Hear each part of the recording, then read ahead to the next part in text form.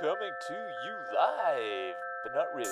It is all pomp and no circumstance with Ryder Richards on LetUsThinkAboutIt.com, the amateur hour you should never tune into.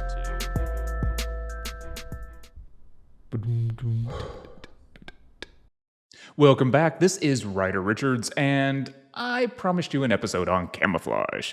But you're going to get a precursor. You're going to get something a little bit different today. And I'm sorry about that, but I thought these were good ideas that we needed to cover first. These ideas tie a little more into mimetic desire and sacrifice, but also we really get into this idea of how violence is provoked or inscribed, and that leads into camo as well. So we talked a little bit about this last time, and we'll get into it later, but perhaps sacrifice from excess, as Bataille would say, or jealousy from mimetic rivalry, maybe those can actually just be too complicated. What if there's actually a simpler solution that violence is provoked by fantasy? Yeah, so anyway, most of this comes from Benjamin Bratton's book, Dispute Plan to Prevent Future Luxury Constitution, which is just a great title. I love the book. And he didn't make any of those claims about sacrifice or anything else. Those are all just ideas I'm throwing out there. But one of the key points in his text is that we imagine defenses and we imagine things to protect ourselves from the future. And that actually provokes in others the idea of violence, which creates a crappy future for all of us. Now, this is because our process of turning ideas, that is fantasy, into the image form, which is really a simulation of how the fantasy would work in real life, well, this makes us want to enact that simulation, that image form, into reality. So really the point here is be careful of the ideas you have because they want to become true. The ideas in this episode are great, but they're mostly kind of complicating the notion of mimetic desire, as I've mentioned, and this applies to both the individual and the state, so we're going to talk about both of those too. And this, of course, will help us out next episode, maybe. It might just complicate things even more.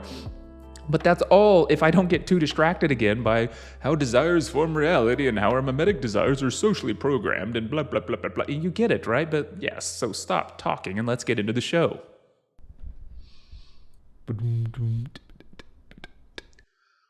Part 1. The Costume. Jean Genet wrote a play, and it's called The Balcony, and this had 3 versions, and they were sort of scattered out between 1956 and 1962. The setting is a small town where there is a revolution brewing. Many of the city leaders, the judge, the magistrate, the chief of police, and the priest, of course, are all under enormous pressure, right, from the citizens of this community. And they all, to blow off some steam, go to the local brothel to enjoy the sadomasochistic pleasures and relief provided by the talented sex workers. Yeah, however, this revolution becomes full-blown riots in the street, right? It's getting bigger and crazier, and this rowdy, angry citizen crowd is getting closer and closer to the brothel. They're approaching it. Now, these scared, feckless cowards that run the city, well, they force the sex workers to trade clothes with them so they can slip out the back. Now, meanwhile, the riot, this revolution, it approaches the brothel, but as it does, the energies start to sort of dissipate and wane as the sun rises and people are all of a sudden left standing around. Now the sex workers, they decide to come outside. But of course the only clothes they have are the vestments of authority left behind by the cowardly leaders. So they don the garb, and as they come outside, the sun rises behind them, and this oddly signals an end to the darkness. And the citizens greet them enthusiastically, with reverence, happy to find someone to finally take this role of authority in this sort of new void that the revolution itself created. The sex workers, now attired in the garb of authority, are granted the authority by the lost crowd. Right? So this populace who briefly rioted, they're in this kind of habitual rut of desiring leaders, even though they want to overthrow them.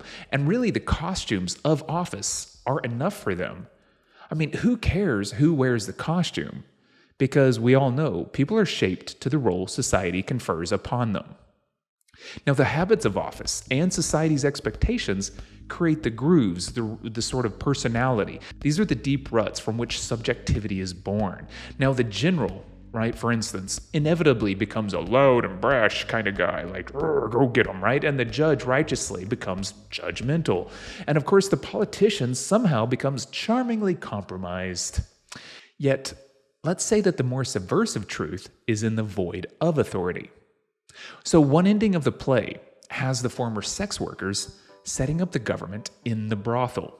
So once the den of iniquity, it is now the new state of constituted power.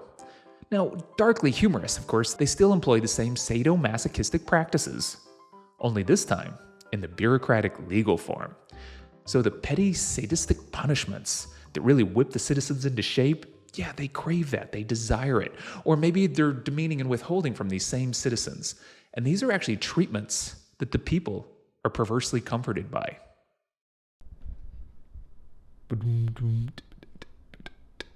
Part 2, Inscribed violence. So we can see how this need to replicate our ingrained stereotypes can be tied to mimetic desire. But how far does mimetic desire go? Genet's play makes it seem sadly programmatic, because even as we rebel, we want to replace the leaders with a replica. Now, this may be due to us having comfort with a type of leader, and maybe we're conditioned to have somebody in charge to tell us what to do, and so we have security. But perhaps it's also that we simply don't have new ideas. We don't have a model like a mimetic model in place to imagine forwards. Now, consider that perhaps even the rebellion is not a release of rage through jealousy or wanting, as Rene Girard might say. And perhaps it's not an economic balancing through sacrifice due to excess, as George Bataille might say. What if it's just dumbly reactive? What if we just follow a prescriptive plot, just like a call and response? We're just programmed. Now, Benjamin Bratton says, most things actually happen twice, the story then the act. The story prefigures and predicts the act. Reality is already planned. The story or fantasy, it has its own will to become manifest in reality, and we are merely the vehicle that it drives. But of course, before the story, we do have this fantasy, right? The imagining. So something prods you to react, to get your juices flowing. Your fantasy sort of weaves up a notion, and you start to turn it into an image or a form. Bratton refers to this as the image form, which is a simulation, of course. Now, that really just means you're simulating how your fantasy would work in reality, because you're tweaking and testing this image form in your head. Now, to bring this simulation to life, you must desimulate it. That is, to take it from thought and plan to make it real. So, for example, an architect is, let's say he's just walking along and he sees a building with a lousy entryway, and he's provoked to fantasize, a better entrance. Now, once he has created the image form, that is, he has now simulated his better idea into a plan, well, yeah, he feels compelled to make it real, to see it happen in reality. Now, another example might be a painter.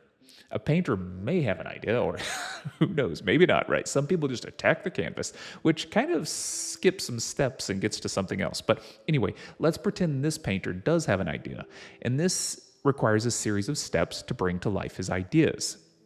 Now, this is the alchemy of fantasy converted into simulation, then desimulated into the real world, into an object, a concrete thing. But just like that architect, right? Your new entryway or painting, or even the sentences that come out of your mouth, right? These end up in the concrete world, and they provoke an alternate fantasy from other people that want to destroy that reality you just created. Now, knowing this attack will be forthcoming, your original fantasy embodies defensive mechanisms within itself, within its structure. So the idea itself comes into reality with a defensive posture, and this is to fend off anticipated attacks. So that is, our process of thought means that way back in the imagining phase, in the fantasy, it's already imagining these kind of alternative fantasies that it will provoke once it gets out into the world. So your fantasy dreams its own attack and potential death, and oddly enough, when this does sort of manifest into reality as castle walls and turrets or spiky fences or something, then other people's curious self wonders how they could overcome, counter, destroy the challenge, which then provokes them to actually want to do it, right? And so you can see how this gets cyclical here. Now, the example that Bratton actually gives is post-terrorist architecture. So after 9/11, all buildings had these major security concerns designed into them. For instance, the easy ones are things like balustrades out front and lots of cameras, right? And this kind of sophisticated, seemingly spacious entrances that once you start looking around, you realize they can be opened or closed instantly as they are tactically designed to thwart various terrorist scenarios. And of course, we can't help but think, how exactly do I dodge those cameras or get through those balustrades? Would a Mini Cooper fit? It worked in that one movie. Yeah, so every heist movie also features a character who says something like, it's not about the money, it's the challenge. So, right, they go after breaking into something impossible like Fort Knox or cracking the uncrackable safe, or maybe they steal cars from a moving train, who knows? And so, as the game escalates, where the person who designs the armored transport for money, right, they must all of a sudden be thinking like a thief. So they flip positions. They fantasize the challenge to defend against the challenger. So these challenges are a type of threat. And the defense becomes offense. It can become ostentatious. It can actually dare you. It's to the point that some vehicles and men are essentially mounted weaponry, right? They're presenting offensive capacity as deterrence or threat. So just remember, everything happens twice. Once in the imagining, and then once the story is tested by reality. Now, in this way, all stories are prophetic, and that is because they have a deep desire to be fulfilled.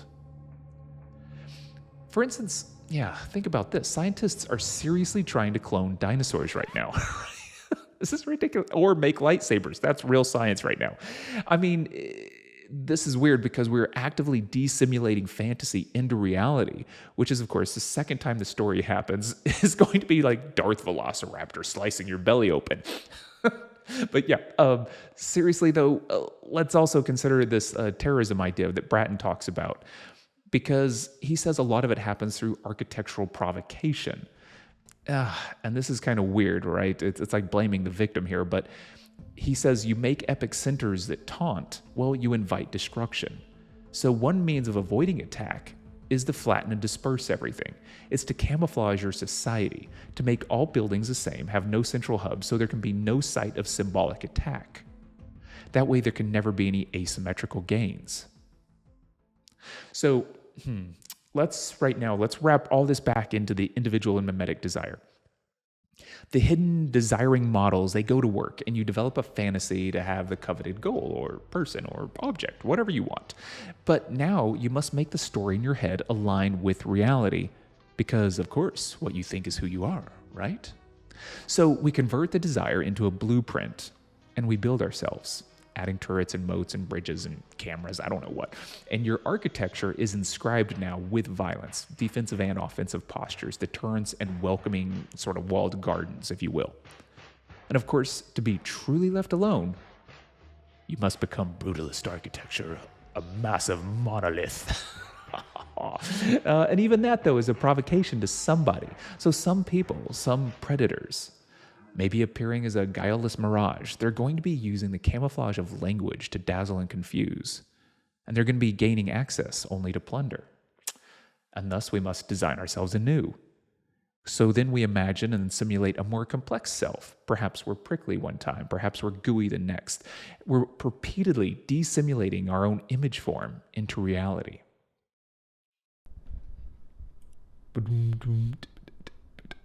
Side note. The very person who is considered healthy in the categories of an alienated world, from the humanistic standpoint, appears as the sickest one. That's from Erich Fromm. Now, as a paraphrase, of course, like on an individual level, the sick one is sane if a, quote, normal society actually alienates people.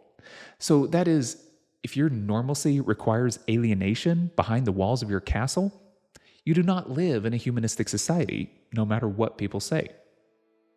The seeming structure of democracy or humanistic individualism, even of liberty or freedom, these can just as easily become a costume. It's really just a shell of a concept into which anyone can slide. And this kind of incepts, Trojan horse style, any number of confused ideas into a role. And this modifies the stereotype over time, creating reactive counters, and so on and so on. We know how it works, right? At some point, when you feel that this is all madness, that we're all just fucked, well, yeah, you're right. Now, at some point, this recognition is really just sanity. which is kind of unfortunately destructive in this current environment because it's an acidic force in an insane land.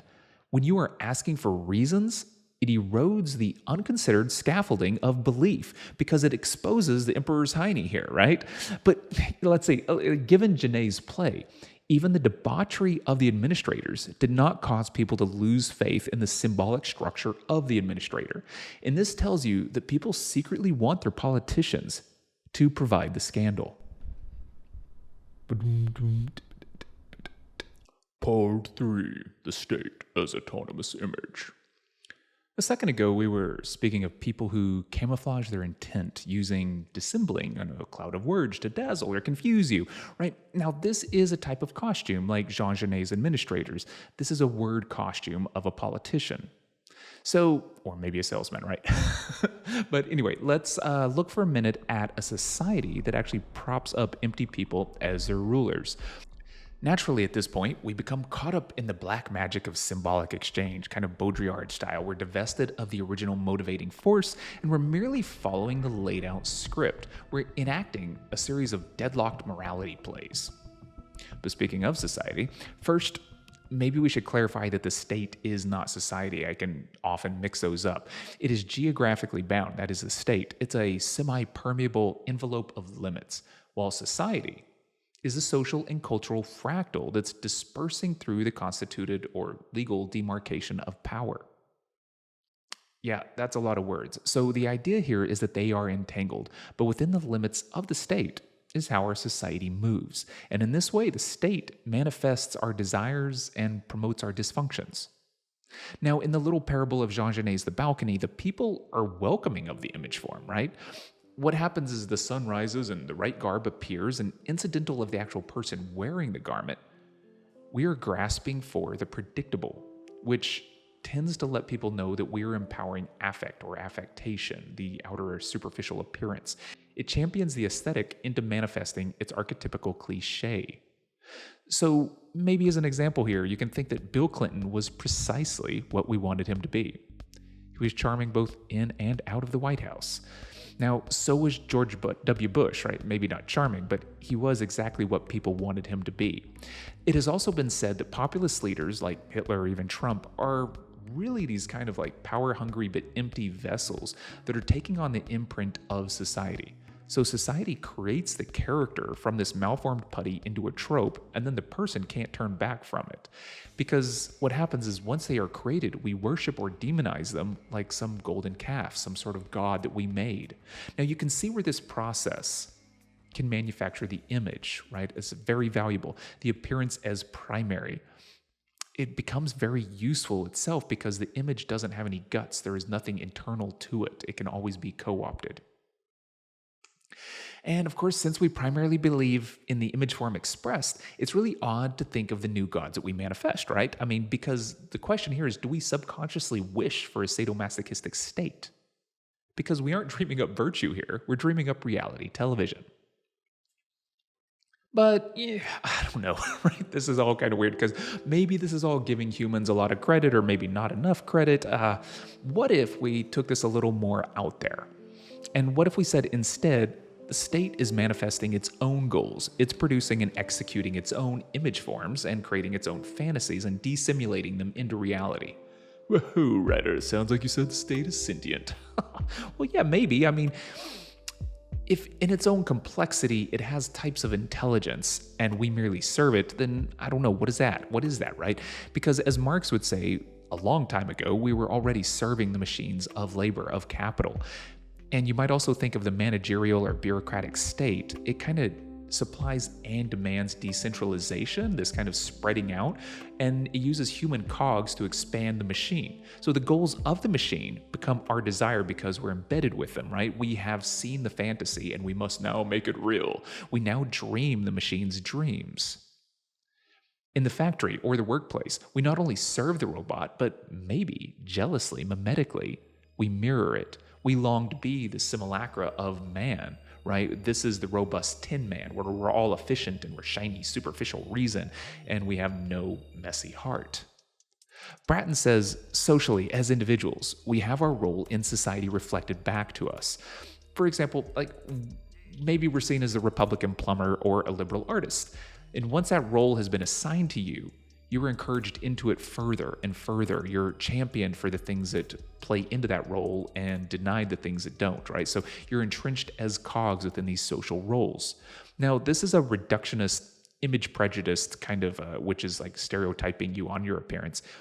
It drives us into a rut or groove so deeply channeled that sometimes we cannot escape. Because we happen to mirror ourselves and see ourselves as society sees us, which is mimetically, we desire what the others desire, and they desire us to be a simplistic character, a one-dimensional man. So, to be happy, we fulfill the image. If all you can imagine is the machine, well, you cannot imagine your escape. So, kind of accelerationist or futurist style, you simulate and desimulate merging with the machine. Now, amplified to the state level, in the balcony, for instance, the state becomes a sadomasochistic image that we demanded. It is the aestheticization of politics in the sort of Walter Benjamin sense, the simulacra of politics. And as many thinkers have mentioned, the fear is that the state is not humanistic, but transhuman. It's outside of human, and that the trains will run because they must. Humans be damned. Yeah, this is kind of scary, right? Because in this regard, the corporate integration into state bureaucracy and infrastructure, it's so thickly ossified that in an inverse sense, the government runs itself, much like one of these well-decentralized companies, much like the machine. Now, from the accelerationists again, we can see that humans are merely denying our obsolete role. If you really look around, we're rooting around in the bones of an industrial supply chain that can care less about where we left our hearts. And as a matter of fact, it kind of thinks you're better off without it. The goods will be produced and delivered, sans mankind. So this is like this kind of Black Mirror episode, right? Where Amazon is continue shipping packages far past humans having to send packages too, right? Eventually, the humans are actually just going to hinder the speedy package delivery. And this kind of tragic fashion, humans will be executed for the sake of efficiency. So Amazon can continue to get better and do its thing. So what happens here too is in our kind of capitalist system, it hints that our autonomous logics, our hyperbolic instantiated programmatic competitions, that is really when we're trying to find the fastest way to get something done. The programs that run these machines program them to be literally greedy for resources and efficiencies, so they can autonomously figure out ways to do things better and faster, just like a good capitalist. And what that means is they have to combat other machines. And eventually these programs will be the only others to combat. Once those pesky consumers are removed, that is. So the convoluted point is, sorry, this is kind of rambling at this point. The convoluted point is, as stated earlier, the state limits society, and yet society projects the image form that shapes the state into reality. From the aesthetic simulation, this is the image form, we have produced the state as a machinic corporation because it's all we could imagine. And just like designing architecture, we have imagined and implanted it with autonomous defenses, like a castle or a vault, which provokes violent attacks and challenges. And because we imagined it robust and machinic and eternal, even without humans to hold down the roles, this Leviathan is going to live on. It has the appearance of life, of purpose. And just like Janae's sex worker, wearing the judge's wig, the worker is the authority granted by the state.